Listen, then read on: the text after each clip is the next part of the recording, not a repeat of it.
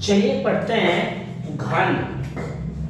ठीक है, देखिए हम आप लोग को एकदम छोटे से छोटा, ठीक है, पूरा एकदम बेसिकली चीज बताते चले जा रहे हैं। ठीक है, इसलिए थोड़ा थोड़ा आप लोग को बताते हैं। ठीक है, इसको समझते चले जाइए। देखिए ये सब सेम है। ठीक है, जिसकी लंबाई, चौड़ाई और ऊंचाई ये सब क्या है,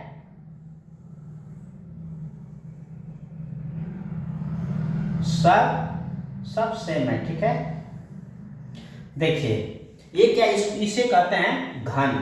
इसे क्या कहते हैं, घन। घन का मतलब जिसकी लंबाई, देखिए अगर मान लीजिए यहां से यहां तक लंबाई है L है, और ये इसकी चौड़ाई है, ठीक है, B है, और ये इसकी ऊंचाई है। ठीक है, तीनों सेम हो उसको ही घन कहते हैं। उसको क्या कहते हैं, घन।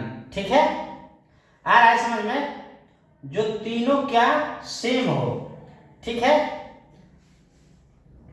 घन का आयतन क्या होता है, घन का आयतन। ठीक है, अगर घन का आयतन लिखेंगे कि घन का आयतन, ठीक है, मतलब लंबाई, ठीक है, लंबाई गुणे चौड़ाई और गुणे ऊंचाई। तो अगर मान के चलिए लंबाई इसका a है, तो इसका ब्रेथ भी b भी क्या होगा, a होगा, और इसका h भी क्या होगा, इसका h भी a होगा। ठीक है, तो इसका आयतन क्या हो जाएगा, इसके यहाँ सब जगह a रखेंगे तो a इंटू a, तो क्या हो जाएगा, a का क्यूब। तो घन का आयतन क्या आ गया, a का क्यूब।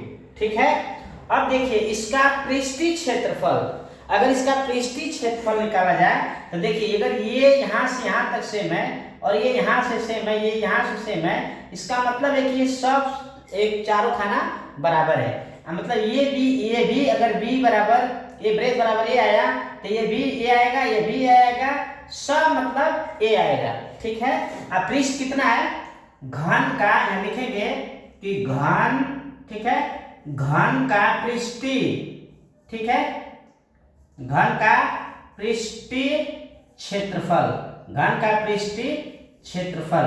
ठीक है, इसका क्या हो जाएगा, कब पृष्ठ है, कितना पृष्ठ बताइए, ये सामने वाला फ्रंट का 1, ये वाला 2, ये वाला 3, ये वाला 4, ये वाला 5 और ये वाला 6। ठीक है, और चारों जो है स्क्वायर की तरफ है, तो 6a, ठीक है, 6a कितना आएगा, 6a स्क्वायर। ठीक है, 6a स्क्वायर आ रहा है समझ में।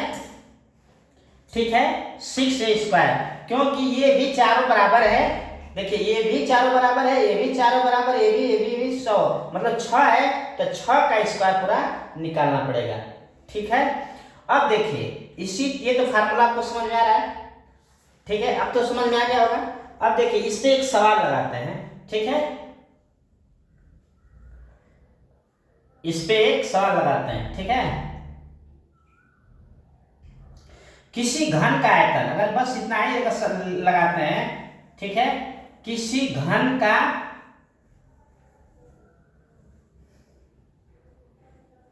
अगर घन हमने लिख दिया, ठीक है, किसी भी अगर हमने लिखा कि किसी घन की भुजा 8 सेंटीमीटर है, किसी घन की भुजा 8 सेंटीमीटर है, तो घन का आयतन ज्ञात कीजिए, घन का आयतन ज्ञात कीजिए।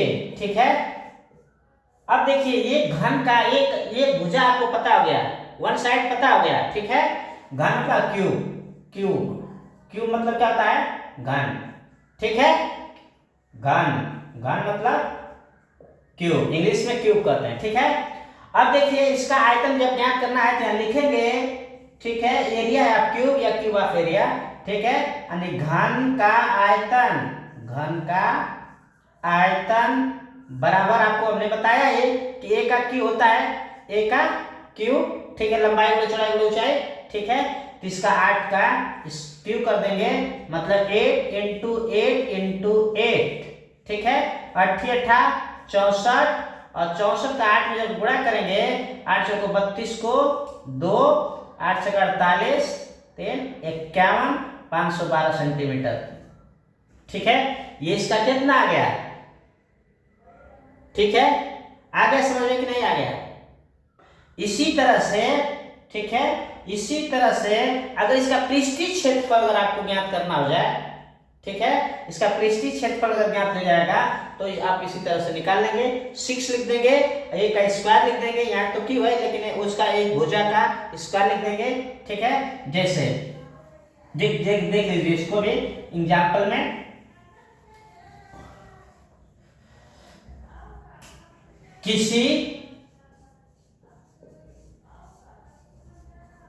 किसी घन की भुजा, किसी घन की भुजा, ठीक है, किसी घन की भुजा 3 सेंटीमीटर है, ठीक है।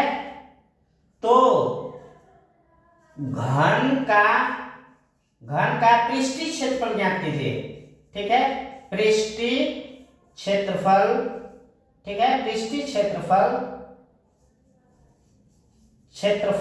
ठीक है, ज्ञात कीजिए, ठीक है।